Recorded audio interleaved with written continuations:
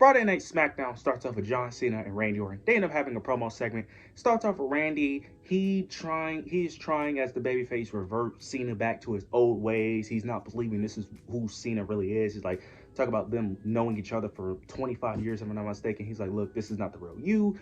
Like, he's trying to get him back to, the hustle lord to respect Cena. He ends up mentioning, the kids. The kids looked up to you. So many kids got inspired by John Cena. And then he starts mentioning the Make-A-Wish kids, and he ends up saying that the thing that would turn John Cena back to the way he was is that John Cena needs to become a father. John Cena did not take this the right way. He ends up saying that Randy is trying to father shame him, and that he ends up saying that the reason why he doesn't have kids is because he's been a father figure for over 25 years, referring to the crowd. A kid ended up, doing the finger to John Cena.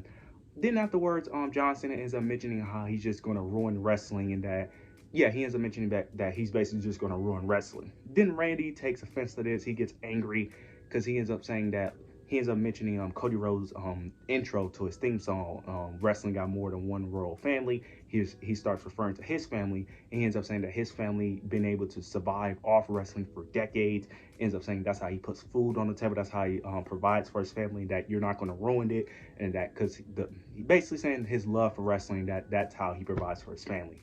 Then John Cena ends up saying that Randy Orton doesn't understand what he means by ruining wrestling. He ends up saying that, look, when he retires with the WWE Championship, he ends up saying that he understands that they're going to have another match, they're going to have more PLEs, and that they're going to create another championship. But what he's trying to do is get rid of the lineage of the WWE Championship. He ends up saying that he has 17, Randy has 14. When he retires with the WWE Championship, Randy is going to be stuck at 14, and he's going to be reverted back to only one WWE World title because the championship that he mainly won don't exist anymore. They had to create a new one. Then he ends up saying that, Randy ends up getting frustrated, ends up saying that since John Cena calls himself the last real champion, he wants a match on Smackdown. John Cena, of course, denies, but he does give him a match at Backlash. After he gives him the match at Backlash, he ends up attacking Randy Orton. Randy Orton ends up getting attacked by John Cena. Cena tries to attack him with the championship, but Randy ends up seeing it coming and hits him with an RKO, and that's the end of the segment. I love what they did here. This was great. This was a great back and forth. This was a good way to start off SmackDown. This was really good. I can't wait to see that match, mainly because I will be at Backlash. It's going to be in my hometown, so I can't wait to see how that plays out. I can't wait to see how that match unfolds. I'm assuming John Cena is definitely winning. He's definitely going to cheat. But this should be a decent match overall. In the build-up, I can't wait to see the build-up because you got two of the best workers in the company. I can't wait to see how that plays out, but this was a great way to start off SmackDown. After this, we end up getting the debut of Fraxium. Fraxium ends up facing Lars Garza. This was a really good match. It's Fraxium. Fraxium don't have bad tag matches. They picked up the victory. It's their debut, as they should. Now, the only thing is, are they going to stay on SmackDown? Because SmackDown don't really need any more tag teams. You have DIY, Motor City, Street Profits, Lars Garza, Pretty Deadly. Like, you have 5 good, solid tag teams to build around. You don't need any more. They need to go to Raw. That's where they need to be on. Because all you have on Raw is War Raiders and New Day. That's it. And then they don't use A-Town Down Under. And to be honest, they need to just split them up. I don't even consider them a real tag team. They don't use Alpha Academy unless they want someone to just beat them up. So they don't really use that. So you really only have 2. You technically could have 4 if you include them, but they don't use them that often. They need to go. I don't know why they're on SmackDown. They need to go to Raw. They need to go to Raw, have matches on Raw, be the ones that could be a contenders to face the New Day, because SmackDown don't need no more tag teams. They're good. They have their 5 good tag teams. So hopefully if they end up having a draft, Fraxium is going to whatever tag team division that have lack of depth on tag teams, because Raw needs a desperate. SmackDown don't need them. So I hope that this is just a one-time thing and then they're not continuing this on SmackDown, because they don't need to be on SmackDown. They need to be on Raw. They need to go on Raw and be in that part of that tag team division. But nonetheless, I'm glad that Fraxium picked up the victory. Afterwards, we end up getting Tiffany Stratton. She cuts a promo. She was basically discussing, her match at WrestleMania. Then you get Jade Cargill. She comes out and basically calls her a shot. And immediately I knew how this was going to play out, because I'm like, they're not going to have Tiffany or Jade lose this match. Naomi comes out, attacks her, calls a disqualification. Naomi attacks Jade. Then Tiffany gets back in the ring. Naomi leaves the ring, and then you get Nia Jax attacking Tiffany. Okay, I'm very iffy on this, because on one hand, this is very stupid. On one hand, it makes somewhat sense, because This feud with Tiffany and Nia Jax should have already happened months ago. This should have happened immediately after Tiffany cashed in, but they decided to wait on that, and then they end up doing this weird tag match with Trish Stratus, and like that was just dumb. But now we're doing this. Now here's the thing: the only reason why I'm not completely mad at this is because she's the only realistic and viable option. Because you have Naomi and Jade, they're going to continue to feud, but also Bianca, and she ended up getting an interview by Byron Saxon. She ends up alluding to getting herself back into the Naomi and Jade mix. So I'm assuming that's where she's going to go. So when you look at the world title picture, and I'm assuming they're not going to run Charlotte and Tiffany back. So when you look at the world title picture, Nia Jax is like the only option because all of your main event women are busy. Like, because Bayley's on Raw. So you really have no other option unless you're going to start using mid-card women like Candice LeRae and things of that nature to face Tiffany Stratton. So you kind of really have no other option but Nia Jax, even though we should have already had this feud already. That's where I'm really criticizing Triple H, but she is the only viable option right now on SmackDown. So, yeah, because right now we desperately need a draft, I ain't gonna lie. But the draft ain't gonna happen until, I think, after Backlash. That's what they did last year. So, yeah, we desperately need a draft because we need new matchups immediately right now because there isn't really fresh matchups for Tiffany Stratton unless you do Jade and Bianca. That's really it. Other than that, you don't really have fresh matchups because she's faced almost everybody on SmackDown, and there's not really much of interest of anybody else on that SmackDown roster in terms of the women's division. So we'll see how this goes. I'm interested. I like Nia Jax. She has improved a lot, so I'm interested to see where this goes.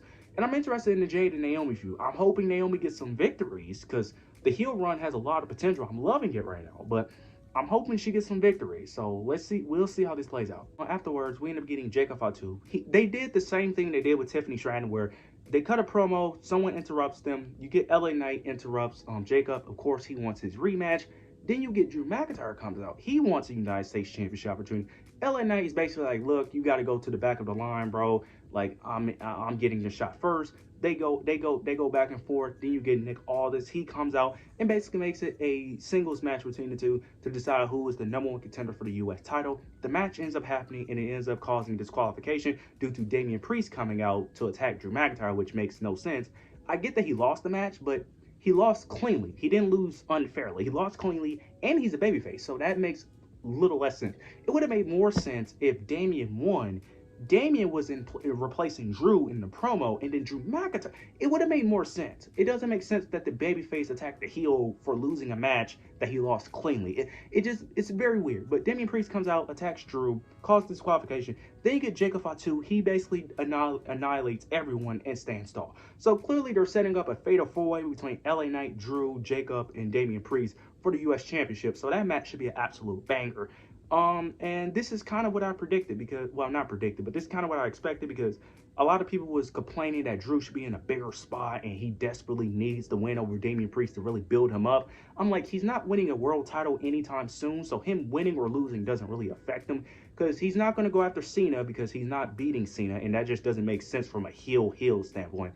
And he's not, unless he goes over to Raw to face Jey Uso, but I think Seth Rollins is going to be taking that title soon, so I don't know what you do with Drew McIntyre unless you put him in the mid-card, and that's what they're doing. So, yeah, I'm interested to see how this plays out. I'm very interested to see how this plays out. But don't know what you do with LA Knight from here because him going after the U.S. title over and over again, for me, it's just very boring and stale, and I do not want another LA Knight run. But everyone else, I'm very interested in that United States Championship picture. But we'll see how this plays out. The next thing on the show, we end up getting Chelsea Green versus Zelina Vega for the U.S. Championship.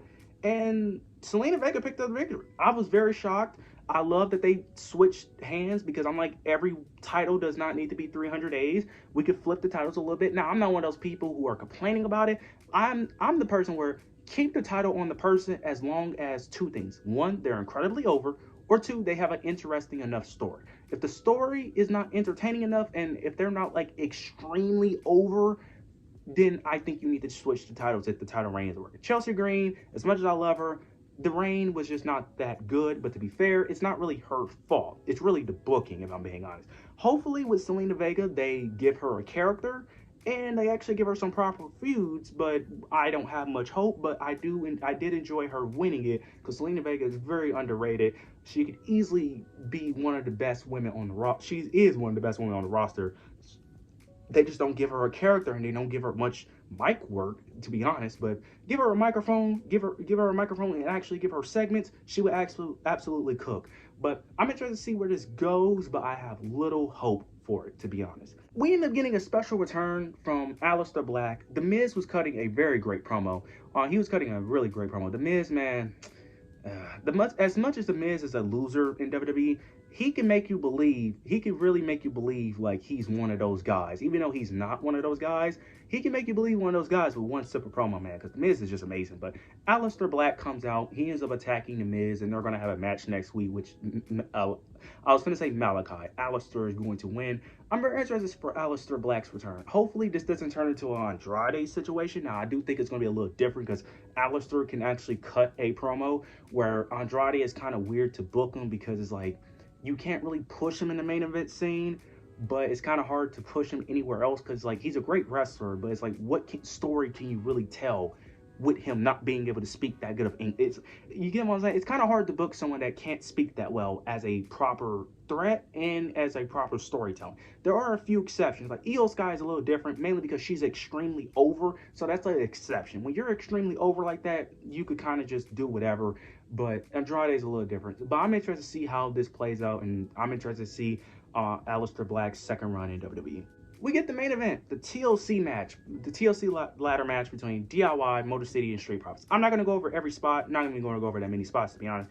Street Profits do retain. This match was an absolute banger. This match should have been on WrestleMania. This match was like 30 minutes long. Probably not 30 minutes, probably like 25. But this match was long, but this match should have been on WrestleMania. I don't care. This match should have been on Mania, man. I knew from the moment they picked New Day over War Raiders, this should have been on Mania. It still doesn't make any sense why. You would have got the same outcome, so I don't really understand, especially from a time standpoint, unless it was a timing issue, even then. But overall, this was great. This was a great episode of SmackDown. I wish SmackDown was like this more, because I don't understand how SmackDown can't be this great all the time. I don't understand the difference between Raw and SmackDown. Raw is 2.5 hours. SmackDown is it's only 30 extra minutes. But the problem with SmackDown is that it's not like the first half is good and the second half or the third half is trash. No, it's typically the entire show is boring.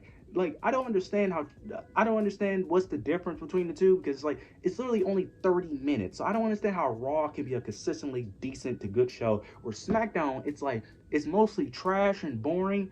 Like, I don't understand I don't understand it. I don't get it. Maybe it's a depth issue. I don't know. But overall, this was easily the best SmackDown of the year, best SmackDown we had in a while. So hopefully this continues. But overall, this was a great show. You guys let me know your thoughts, opinions down below. Make sure to like, comment, subscribe. But yeah, that's it.